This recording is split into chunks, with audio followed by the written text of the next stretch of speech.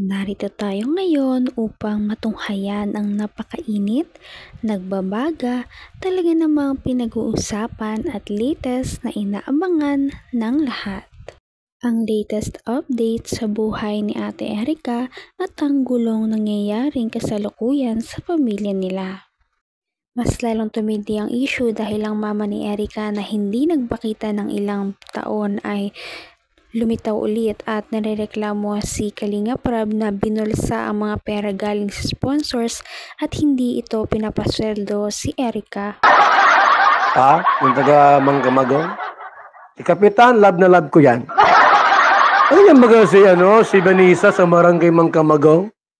Kaya lahat ng mga taga Barangay Manggamagong, love na love ko. Ano na si Erica at saka si Gina. Para malinaw. Kasi hindi tayo pwedeng dumiretso na. Ito, para maintindihan ninyo, kung ano ang pinaglalaban niya, nandun siya sa laban kay Ian Tonyakaw, kaya nga siya nagpa-interview. Kasi ang daming mga pasabog ni Ian Tonyakaw. Pero bakit nga nalihis ang sa Kalingap? Tulungan po ninyo kami. Sige. Kung ganito, maitulong ko, halimbawa kung may yung matitirhan sa Maynila, para matutulungan ko. Maraming po sir kami. Pwede maganda rin po yung Medyo choppy-choppy. Ang sabi nga ni Joel ay matutulungan. Sige. Ano ba yung gusto niyo sabihin? Ako ang tutulong sa inyo. Walang iba. Huwag kang maniwala doon sa mga nagpapanggap na tutulong. Wala yan. Panis yan. Walang mga kwarta yan. Ako lang. Walang iba. Val Santos Matubang. Ang sagot sa inyong mga problema. Sa mga inaapi, inaabuso. Ako lang ang tutulong sa inyo.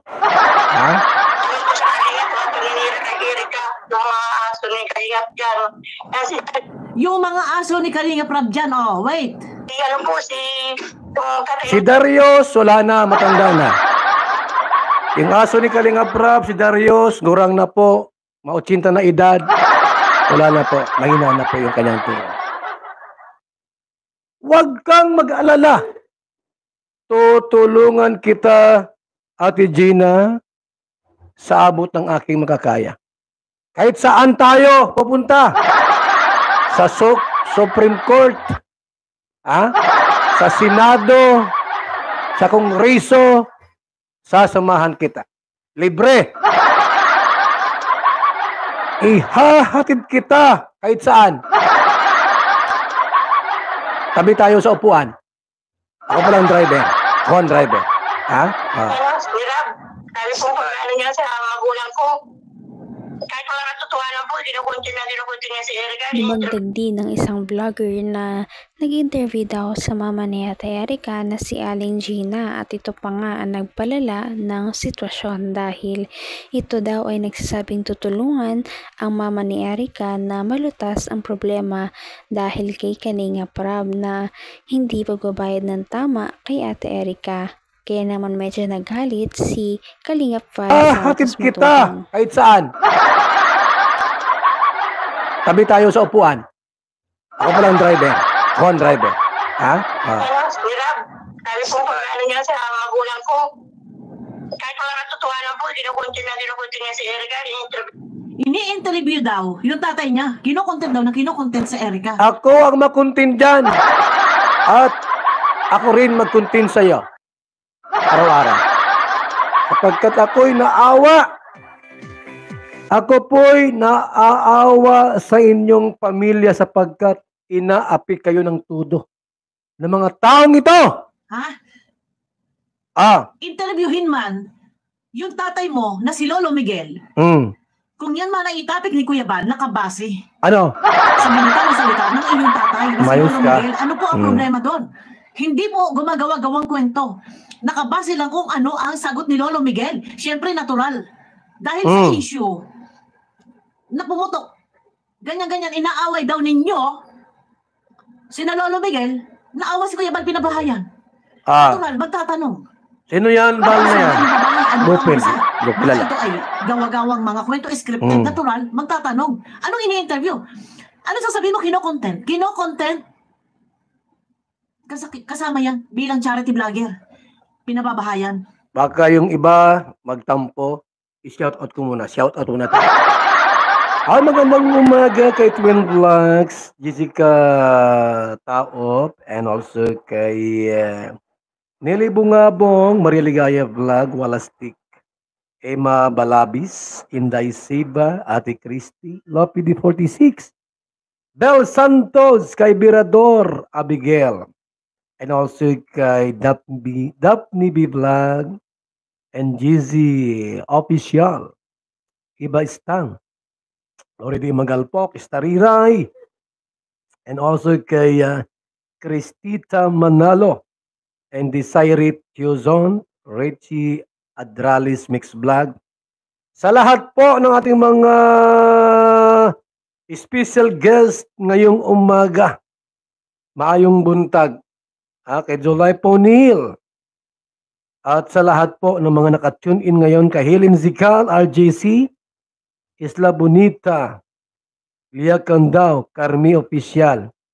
Sa lahat, maayong buntag sa inyo. Sinasabi na kinokontent lang daw ng kinokontent si Erica at hindi daw ito binabayaran. Kaya naman nag-spark na naman ito ng bago na namang issue na dumagdag sa issue ng pamilya ni Erica na iniwan niya at hindi sinama sa bagong bahay.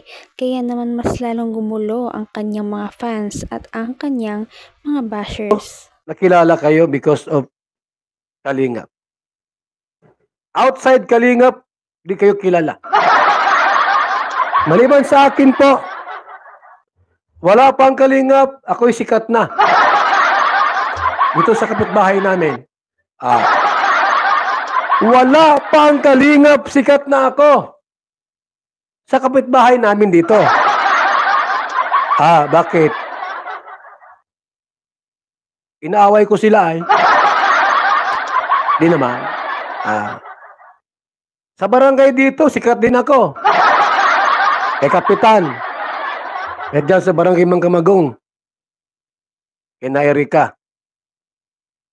Tutulungan ko sila sa abot po ng ating makakaya. Dito po sa video ni Bupil Vlog, ay binanggit din po ni Ate Gina na si Lolo Miguel kakasuhan din nila. Hindi pala. Isumbong kay Tulpo. Huwag ka na kay Tulpo. Mga matanda na yon. Yung panganay, 80 na edad. Si Rapi, 60 plus na ata ito na. Mga 70 na. Dito na po kayo kay Val Santos Matubang. Kung may reklamo kayo sa inyong kapitan, barangay, mga pulis, mga politika, bukas ang aking kamay para tanggapin kayo. Libreng serbisyo. Ano mang problema ninyo? Problema sa asawa? Bahala kayo. Problema sa kwarta? Bahala kayo. Ang problema po sa tungkol sa ganyang awayan, lupa, nandito po ang inyong abang lingkod, Val Santos Matubang.